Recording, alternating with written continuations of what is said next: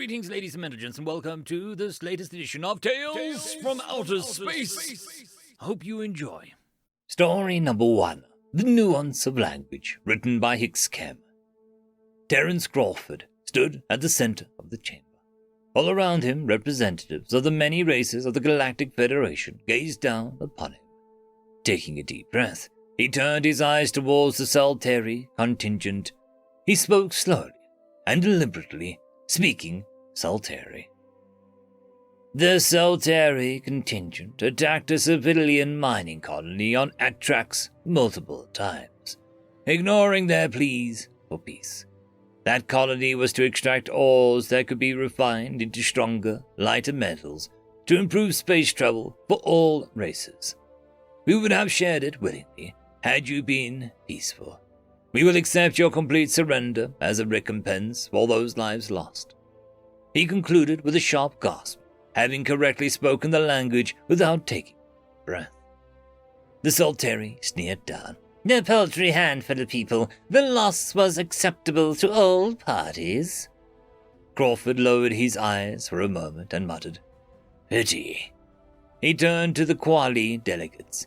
Their language was, by human standards, truly bizarre, but he would try.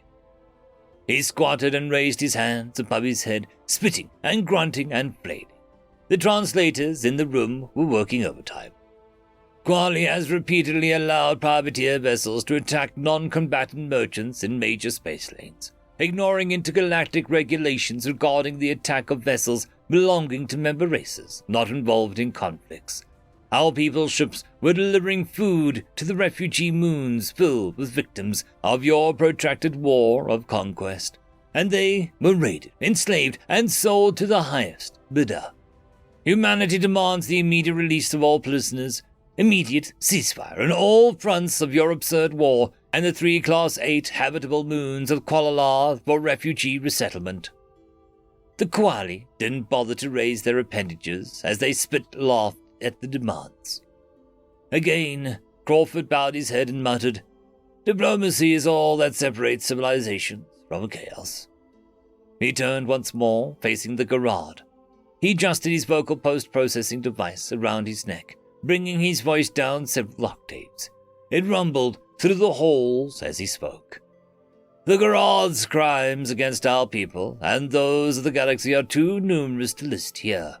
We demand the complete annihilation of the Garadi military assets and withdraw from every planet and outpost back to Garad Prime. Garad must no longer be allowed to take and consume entire systems with reckless abandon and without consideration for long-term viability of the galaxy to support life. The Garad representative laughed, his voice echoing cruelly around the room. Crawford spoke again, this time in his own language.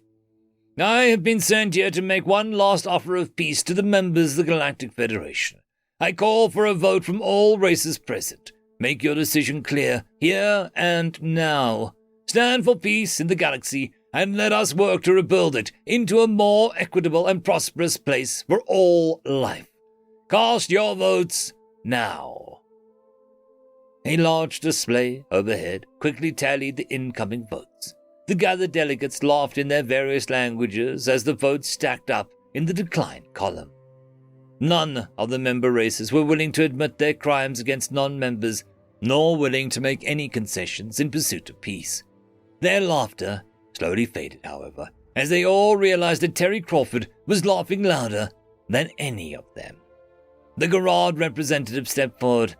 For what reason do you express amusement, human filth? Crawford wiped a tear of mirth from his eye and smiled broadly. You see, gathered delegates, while you may laugh at my attempts to frame your many languages with my own voice, you forgot that the language humans are most fluent in. He tapped the plate on his chest, activating the concealed armor beneath the diplomatic regalia. The sleeve of his coat fell away, revealing a cybernetic weapon grafted to his arm. Is violence.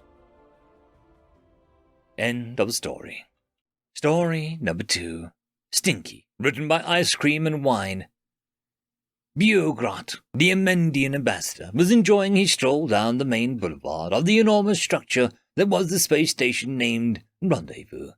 He had been invited to accompany Magdalena Kroll, the resident doctor at the closest thing to an xenobiologist on the station, on her morning constitutional. The boulevard was a hive of activity, as always, with representatives of many species to be seen about their business. He never failed to be amazed at the beings with claws, tentacles, pseudopods, spawns that thronged the walkway. Whilst he took in all the sights, he kept a wary eye on Dr. Kroll's accompanying creature, a black and white Terran mammal, known to all and sundry on the station as Stinky Ass. He personally had never had a problem with Stinky. It wasn't particularly friendly, but it wasn't particularly unfriendly either. He knew that it was classified as bad news because even the other humans on the station, with their fascination for pack bonding, were wary of Stinky, and left him well alone. He and Magdalena were comparing notes on the various species they saw. He knew more of them, as his people had been amongst the stars for much longer than humans. Suddenly, he stopped and grabbed Magdalena's arm. "Be careful, those are Saros.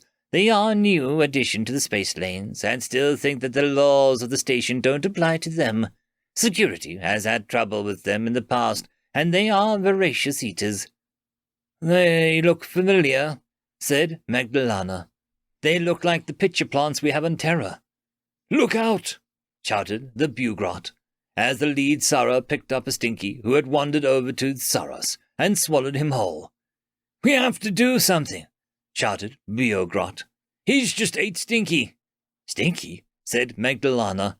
"That's a bit harsh, don't you think, what?" "How can you be so calm? That thing just ate your pet," stuttered Bureaucrat. "How?" said Magdalena. "Do you think the Sara is going to let us cut him out?" I don't know," said Bureaucrat, "but we must try to do something." "It's too late," said Magdalena.